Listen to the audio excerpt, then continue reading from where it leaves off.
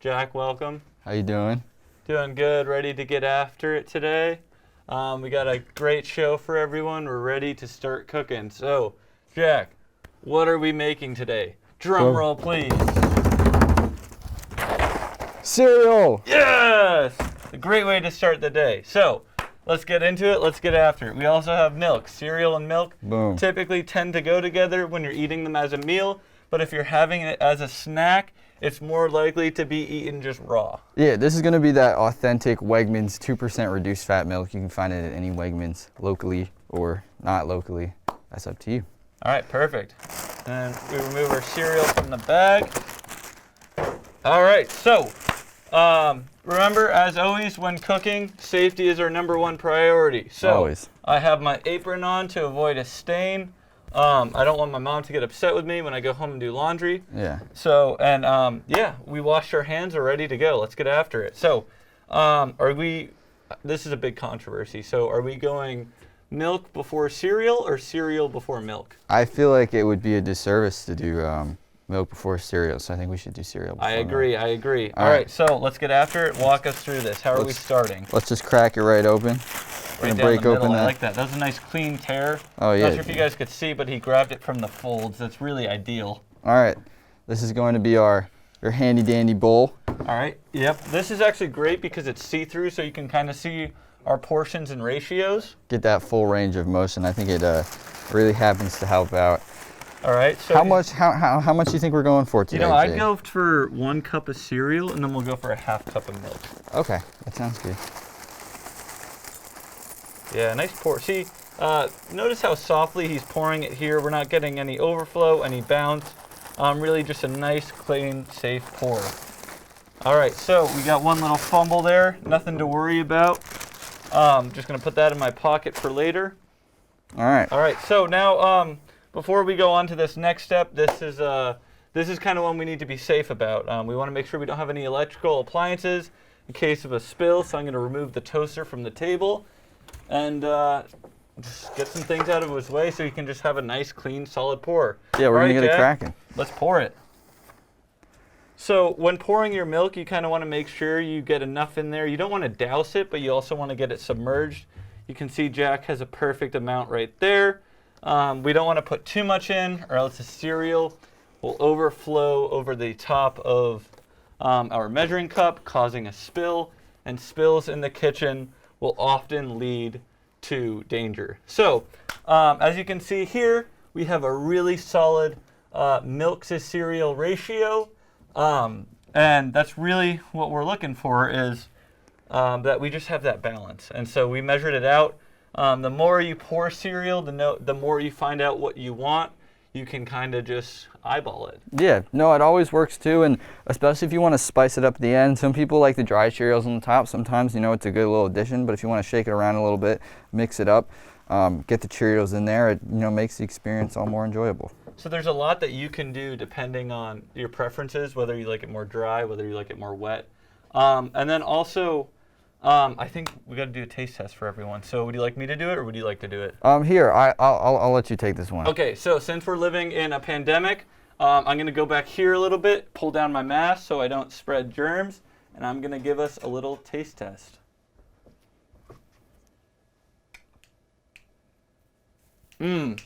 Perfect, perfect. That's really what we're looking for. We got that perfect ratio, perfect moisture on the cereal.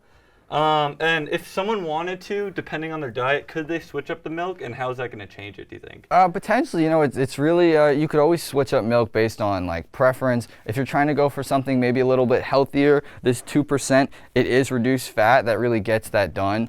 You could go 1%, you could go whole milk. You could even go crazy and go chocolate milk. Chocolate milk, I love that. Maybe one day we'll have to go for chocolate milk. I think that might just do it, man. Not today. Thank you so much. That's all the time we have. Today we made cereal, and we'll catch you next time on Food for thought. And welcome back to Food for Thought. Once again, I'm joined by my famous, lovely co-host chef Jack. Great to be here. Jack, we made cereal earlier. Yeah. What do we have on tap today? We're gonna get a little toasty. We're gonna make some toast. Let's do it. So as you can recall from our last episode, we had to remove the toaster from the surface so that we didn't have any spills, but now it's toaster time. Gonna bring the bad boy back. All right, perfect. So we got our lovely toaster. You can get these things at Walmart. Depending on your toaster needs, they range in price from $18 to $2,000. So yeah, it just depends what really kind of just toaster what you're depending on. Again, we want to, since we are dealing with electricity and hot stuff, we want to let all the folks at home, we want to remind them to be safe. So make sure you have a nice clean countertop. Make sure that you don't have any liquids. Make sure that your outlet is not near a sink or a spill. And we're also going to be needing our safety gloves or oven mitts to avoid burning our precious hands. All right, so Jack, let's get after it. Let's make this toast. For sure. First thing, obviously, going along with the safety, we're just gonna swing this toast around for a second. When you're plugging it in, you got to make sure no water, no nothing that's wet can get around this, because obviously you don't want to get electrocuted, so you're not gonna have a good time. So first, surface is all clear. We're gonna plug in that toaster real quick. Nice click. Boom. I'm not sure if y'all heard the click, but click is good. Click is good. All right, so our toaster's ready to go. We have a nice clean countertop. We'll give it a little bit more space. I recommend at least one hand length between your appliance and your utensils. So this is some also white bread that you can get at Trader Joe's. I prefer this when toasting. I think that the bread particles really are just easy to be cooked through. So we are going to set our dial. We're going to set it to around a 2 to 3. We're kind of looking for that real bronzeness, excuse me. We don't want too crispy. We don't want too light. So let's pop it in there. Let's get after it. All right, so we are now toasting. One thing to keep in mind is you want to make sure that you keep your eye on the toaster. Appliances are hot. They can often combust and explode. And so just making sure that you're safe. Jack, what are some of your favorite things to put on your toast? Toast. Nutella is a great one. Underrated, in my opinion. Also very healthy. A lot of people have misconceptions about it. They think that it's kind of more of a chocolate, but it's actually really healthy, the hazelnut spread. But yeah, I agree with that. Anything else? We were talking about it before. If you want to go crazy and throw some PB&J and some toast, I don't see anything wrong with that. I know it's normally like a non-toasted bread kind of sandwich, but you can't go wrong. You know, that's interesting because I'm currently on a strictly PB&J diet. So maybe I can kind of throw this in and mix it up and make it a little bit more entertaining. Yeah, definitely. I think that's pretty healthy. Like, just PB&J in general is pretty healthy. Yeah, so you can't go wrong with that. Can't go wrong. Yeah, so again, it popped. So while removing our toast, I'm going to get my oven mitts ready. If Jack, you could get the pan for me. Oh, of course. That'd be perfect. All right, so I'm just going to pop these bad boys out. So one thing you may notice is that the toast is not bronze, but Jack, give that a little feel. So sometimes people have this misconception where if it's not colorful, it's not done. But sometimes you can go off the feel, and what does it feel like? I gotta say, it does feel pretty crispy, which I think still accomplishes the goal that we were looking for here today. Yeah, we're just looking to change the texture of our bread. We don't need those pretty colors. It doesn't have to be bronze. So we'll pop it in there. And so the next step is up to you. You can add toppings. You can add, whether it's Nutella, PB&J. A lot of people like to put avocados on their toast. Oh, okay. It's a big millennial thing. Yeah. Yeah, I heard they just added that at Dunkin' Donuts. Oh, really? Yeah. Wow, but now you can make it at home. So toast is a great option. It works for all times of the day, especially if maybe you have a workout or race, or you have a stomach ache. It's very light. So that's all the time we have. Thank you so much for toasting it with us, and we'll see you next time on Food for Thought. Hello and welcome back to Food for Thought. I am your chef, along with my other chef, Jack.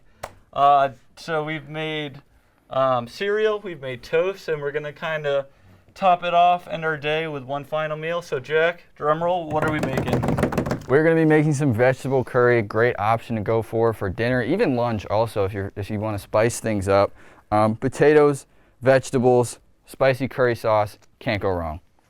All right, and so for this one, ingredients you're gonna need is this lovely pouch and a microwave. This is your standard 1200 watt microwave, capable of all your needs. So let's walk it through us. How are we doing this today? Yeah, so normally what you're going to do is you're going to take this out, you're going to turn it over, you're going to read those instructions on the back. So we're microwaving it. You can also make it on a stove top, which is an interesting little factoid there. So microwave, you got to tear the pouch open 2 inches to vent, and then we'll just take it from there. We'll read it once we get that step done. So about 2 inches. So you're pretty familiar with cooking. You're really good with measurements. Of course. For the folks at home, you may want to get your rulers out for this. Jack's really experienced, so he knows exactly where that 2 inches mark is going to be.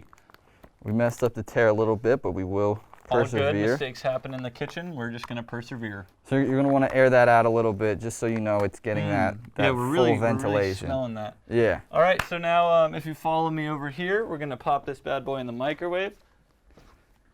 So as you can see, we have our standard microwave here. We're going to open this bad boy right up, toss it right in there. Boom. And we're going to put that in for 2 minutes. Wait, just 1 minute.